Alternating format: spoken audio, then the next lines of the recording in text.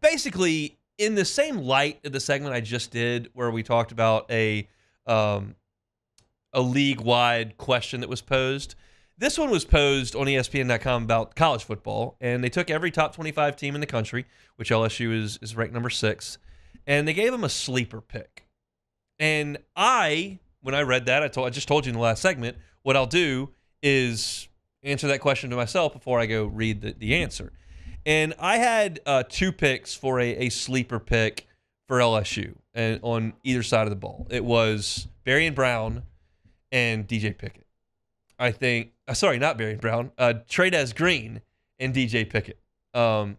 Pickett's a freshman, obviously 5-star, but has not played at the college level. I think he could be a sleeper as a guy who can really impact LSU's defense on the edge. And then Trey'Dez Green, I just think you saw in the bowl game when LSU's wide receiver core had been wiped out by opt-outs, like he was a handful for Baylor. And I think he can be a handful for everybody because he's just like, he's one of the guys that I interviewed a couple times during the midweek last year, and he walks in and you're like, geez, that guy's enormous. Like, I don't know if I immediately said that when we talked to Greg Penn when he came in. I don't know if I certainly would have said that when Aaron Anderson or Xavier Thomas comes in. And I don't even say that when Garrett Nussmeier comes in. But when Trey'Dez Green walks in, you're just like, oh. Mason Taylor didn't give me those vibes. Certainly, like, I would notice he was bigger than most people if I saw him at a restaurant. But, like, Trey'Dez Green, you're just like, oh, that guy's a freak. And so I think he and DJ Pickett, who also, by the way, is 6'4" corner and kind of freakish, those are my picks. I let the slip go there on who the pick was on ESPN.com as I was laying out my picks. But the pick on ESPN.com is Barion Brown.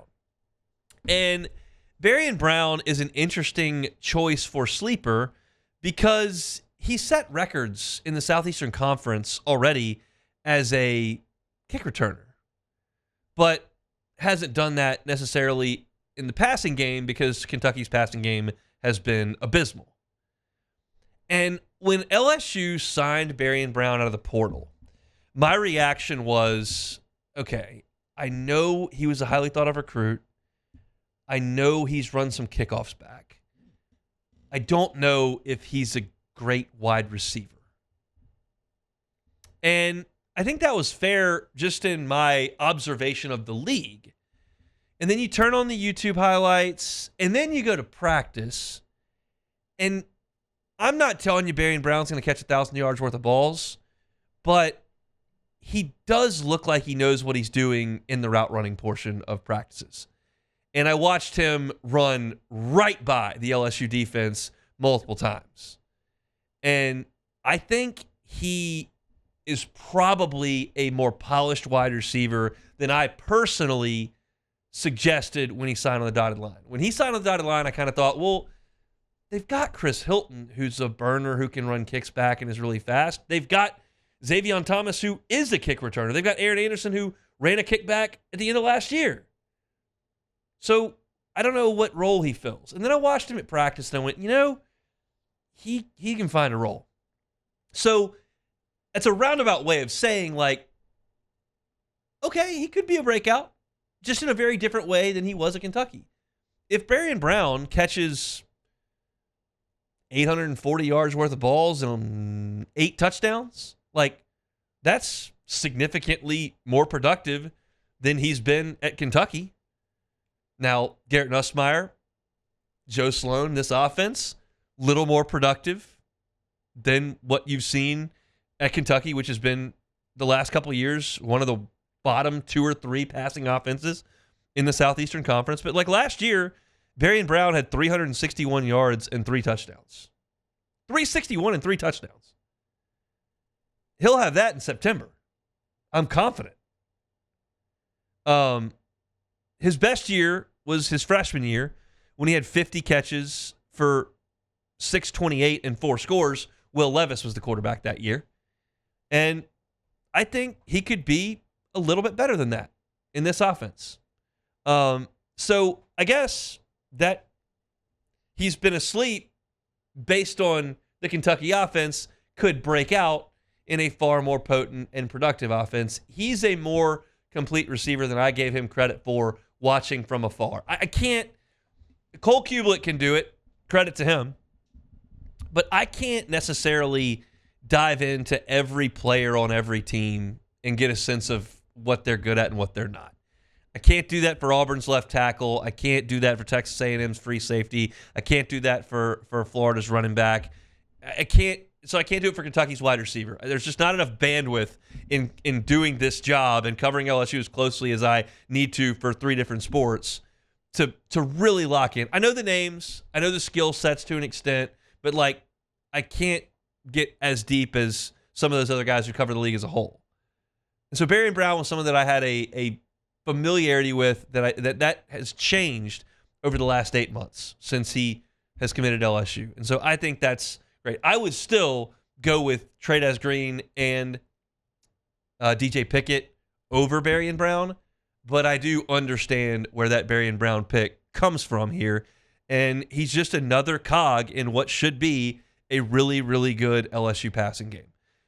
And it all comes down back to one thing, just one thing. It's a big thing. It's the offensive line.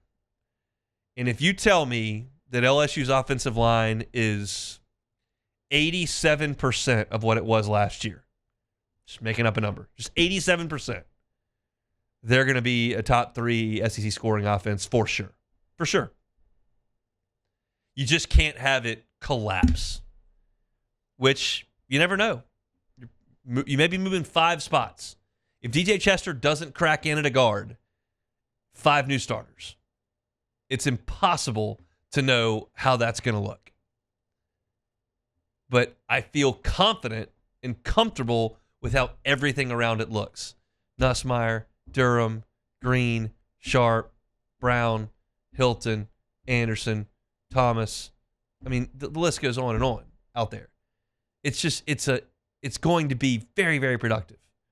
And I think Barion Brown, let's see, I think the tough part about quantifying what the wide receivers are going to do, and this will be an August conversation for sure, is I don't know what Nick Anderson's going to do. He just was such a 53% participant in spring ball with a wrap on his hamstring and coming off a weird injury where it was his hip. Yeah, it was his oblique. Yeah, it was his quad. It's mid, and then he didn't go through everything in the spring. So I would have thought the day he committed, oh, that's your number 1 wide receiver. But Anderson's going to get some of his. I feel good about Hilton. And maybe they all split things to a point where nobody has a breakout year. But I feel like Brown's going to be a top 3 receiver on the team. Maybe that's breakout. Maybe that's just productive on a really good team. But I like the signing more than I did in December. That's for sure. So Barion Brown, potential breakout player for LSU in this 2025 season. Hey, thanks for watching Hunt on LSU. Before you get out of here, do us a couple of favors. Hit that like button, leave your comments below, and subscribe to the channel for all your Fighting Tiger football talk. See you next time.